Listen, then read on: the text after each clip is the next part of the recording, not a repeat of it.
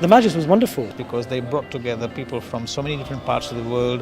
We had an array of people from all disciplines, from education, from healthcare, from finance, tech entrepreneurs and futurists, and of course the ministry from the Dubai government. So you could have an open debate.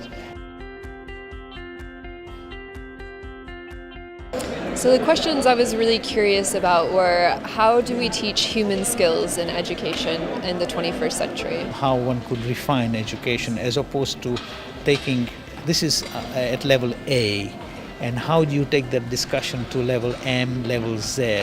Instead of being job seekers, how can they be job creators? How can they create opportunities rather than looking for current opportunities? Students need to think about the future, not about what I'm going to have now. The challenge is around globalization. It's how do we as individual citizens affect the outcome? How do we get inspired?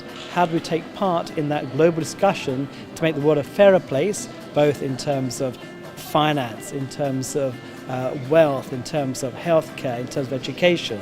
How do we contribute and how do we make that work so that everybody gets a fair crack at society? It's about how we teach character skills, how we teach resilience and grit and empathy and love, because I think that when technology replaces jobs, these are the skills that we'll hold on to and that will separate us from the future AI and technology.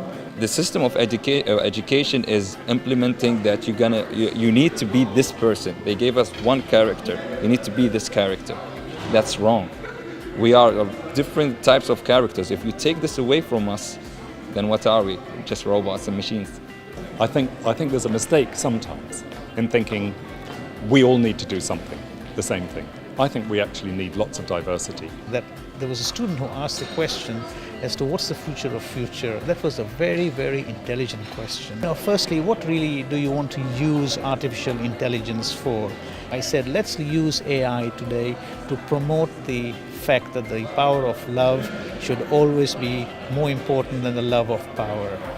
What is, as human beings, what do we add value? Are we losing the value of humanization with technology and computers? How do we reinforce that amongst future generations? And that discussion is really important. I think we all agreed at the end that humanity came out top. That's the most important thing that 2020 should at least try to address. That we were talking about education, but we should also be talking about inspiration.